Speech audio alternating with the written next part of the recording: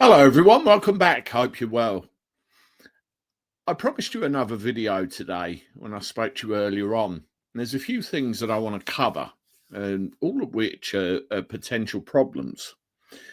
There's one with our communications, as in what you see on the telly, one with government, and the two are kind of tied in, and then one about a particular court case I had no idea about, which is actually very serious and needs bringing to the public attention and public interest. So I'll bring you what I can. Well, the first thing, I put a picture on my social media yesterday and I said, anyone recognize who this guy is? I said, there'll be a video about this tomorrow, as in today. So here we are. Well, there's a description that actually accompanied this guy, which was very interesting.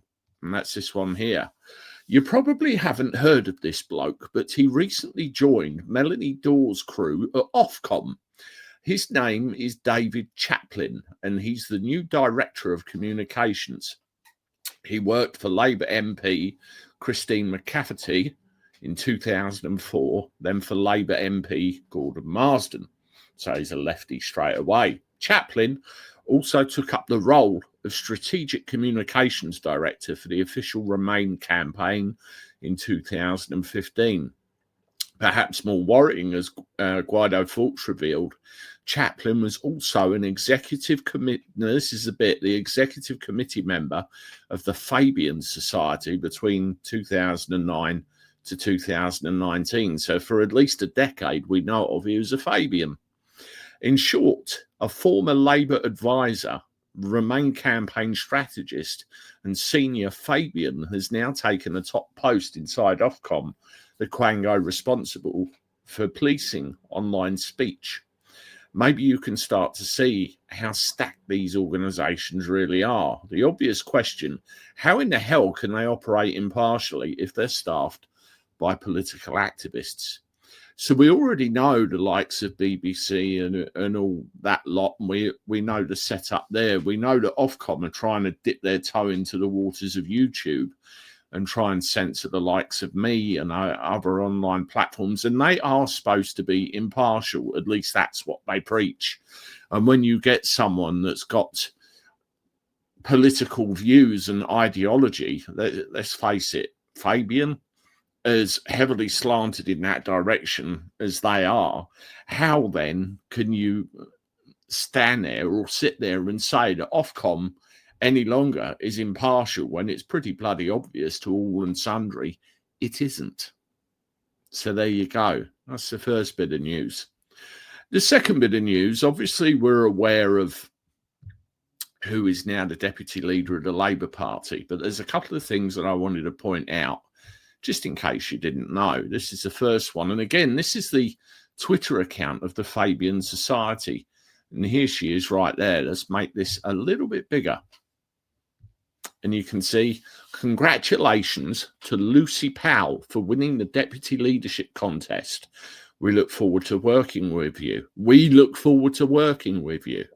If you haven't already read Lucy's vision for the role, when she set out for Fabian members ahead of her hustings. So there is a website there, which we will look at right now. So straight away, you can see Fabian involvement in the deputy prime minister position within the Labour Party. It doesn't bode well for this country. And you think this one is good. You know, there'll be a real doozy coming up after here. So let's have a quick look at this, shall we? And let's make this bigger again. So you see, connected with communities again, Lucy Powell, MP. So if we go down, I joined the Labour Party because growing up in the north under Thatcher, I was angry at the wasted potential I saw around me. I'm Labour through and through, and I will always fight for our party, our movements and our values.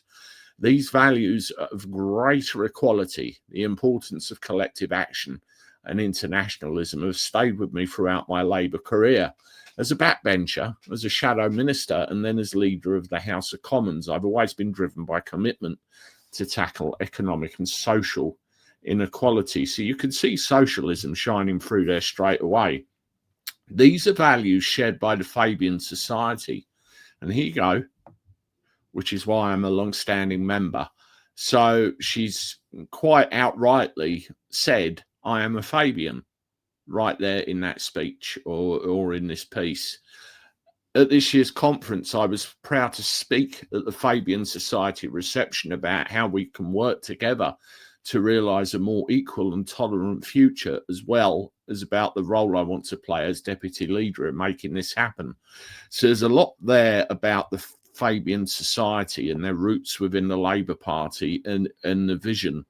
And also there's mention of socialism, socialist, equal society. You know, this is all things that you find within communism. And she is talking about redistribution of wealth and all of the things that you would expect from that kind of environment. And what we have, and this ties nicely into the last point I want to cross with you, we are living in a country now where all of our laws, our English laws, for example, are being ignored, they're being challenged, they're being subverted.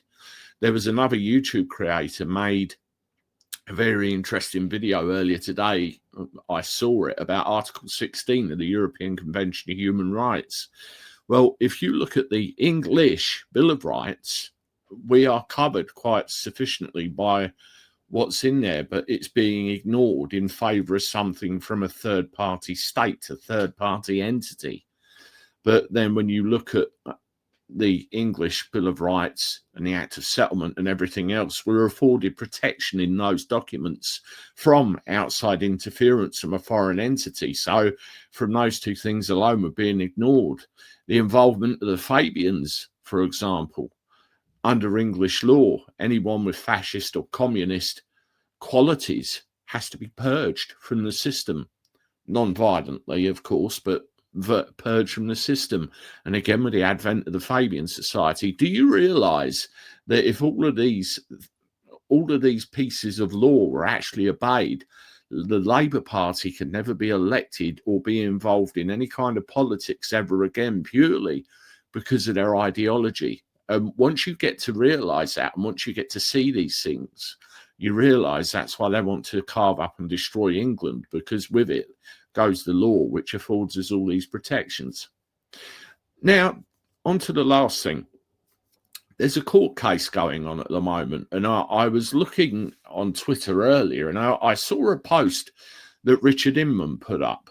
Go and have a look if you want to see what he was up to. And it was all about how to reduce the influence of a certain demographic that seems to be getting their feet under the table quite severely in this country. And I'd come across a court case by accident, which I wanted to share with you. This is the rough description of it. It's very brief. 2025 High Court case, tentatively referred to as R versus Secretary of State for the Home Department, centres on a challenge to the government's recent policies aimed at curbing foreign funding of religious institutions, particularly mosques and Islamic organisations, amid rising concerns over Islamic extremism. The case was initiated by a coalition of human rights groups and religious organisations who argue that these policies infringe on freedom of religion, an association under the Human Rights Act 1998. However, the government has countered by invoking historical precedents, including the Act of Settlement 1701, to justify restrictions on foreign influence in British religious and political life. Now, this is where I keep preaching on about all of these things, because the Act of Settlement, the Bill of Rights, the Declaration of Rights, and various other documents are all the underlying fundamental building blocks of our entire society. They afford us, through spilt blood, sweat, tears, and sheer experience, the protections and the guarantees that we need to function as a proper, safe, and prosperous society. And where we've given away certain things to the EU, where we've allowed certain people and certain organizations to influence what we do, what we say, and how we are, under those already pre-existing bills, we shall say, They're all completely illegal. And they should be held with reverence, because without those bills, we wouldn't be here today. And they are still lawful. They are still active. They are still there to be relied upon for our own protection. Have a look at this.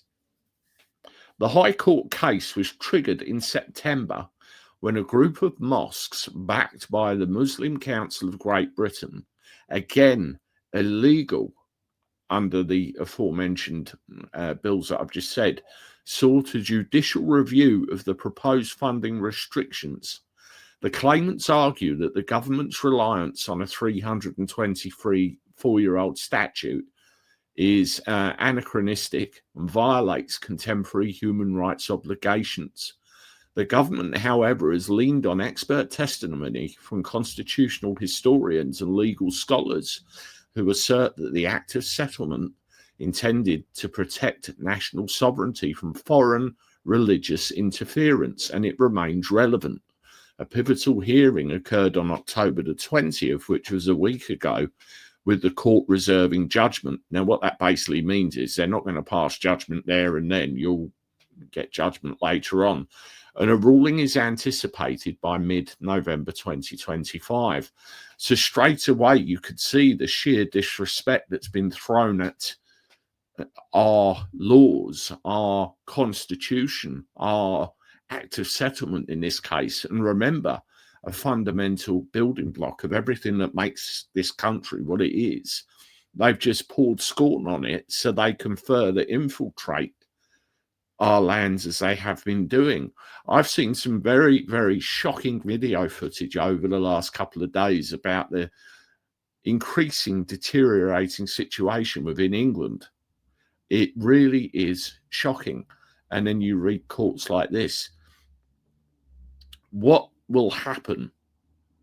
Because you can see they're relying on European Court of Human Rights, Human Rights Act. All of these courts, all of these places are stuffed full of judges that really, unless you get a good one, don't seem to concern themselves with the law of the land any further. Proper English constitutional law. And that has allowed all of this to happen. This is the nightmare scenario. And we're already seeing it in places like Essex. They will carve England up into regions, regionalisation. They've already done it in Wales with devolution, same in Scotland, same in Northern Ireland. Once that happens, that constitutional common law protection, which can get us all out of all of this shit that we're in, will be gone. It will be destroyed.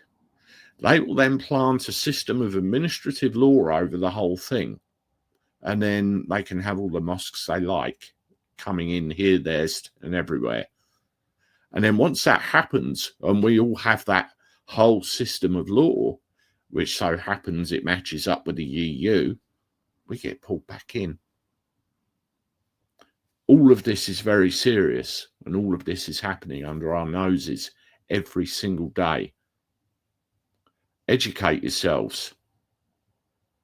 Find out what really should be the law. Find out what really your rights are, because otherwise we'll lose it.